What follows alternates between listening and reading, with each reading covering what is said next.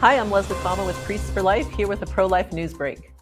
The new Senate Majority Leader, South Dakota Republican John Thune, on Wednesday announced the Senate would vote on the Born Alive Abortion Survivors Protection Act this month.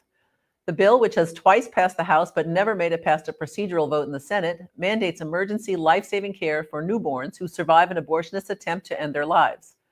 The bill is one of Thune's top 3 priorities for this Senate session, along with curbing illegal immigration and supporting our ally Israel. This vote will ask Democrats to answer whether a living baby born after an attempted abortion should be provided with medical care or left to die, Thune said. It shouldn't be a hard question. The New Mexico Supreme Court has struck down ordinances passed in towns, cities, and counties that would prohibit people from other states using their roads to reach abortion businesses and would bar abortion pills from being mailed to women in those municipalities. Pro-lifers are actually excited about the ruling because they are hopeful it will prompt the U.S. Supreme Court to take a look at the Comstock Act, a 19th century law that forbids the mailing of drugs and instruments related to abortion. Comstock has been largely unenforced since the 1930s.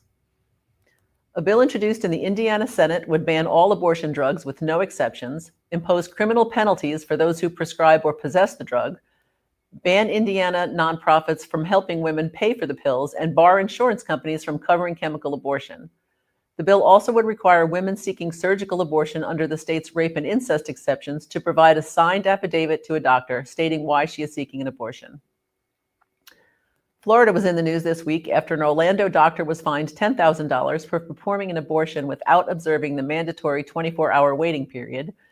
And the group pushing the pro-abortion Amendment 4 on the November ballot was fined $186,000 for campaign fraud. According to the Christian Post, several people who submitted petitions on behalf of Floridians protecting freedom were arrested last year, with 3 being convicted and sentenced to prison terms. Criminal investigations into fraudulent activity continues. The amendment was defeated in Florida, where a heartbeat law continues to protect unborn babies with beating hearts. Also in Florida, a Cooper City woman was convicted for her role in vandalizing pregnancy help centers in the state.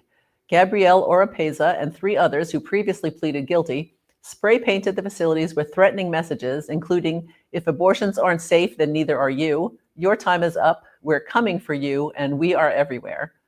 A sentencing hearing is set for March 25th. She could be looking at a prison term up to 10 years for violating the FACE Act and for conspiracy to prevent others from exercising their rights. A dozen pro-lifers are serving prison terms for violating the FACE Act for taking part in protests at abortion businesses, and the Florida case is one of just a handful that targeted pro-abortion activists.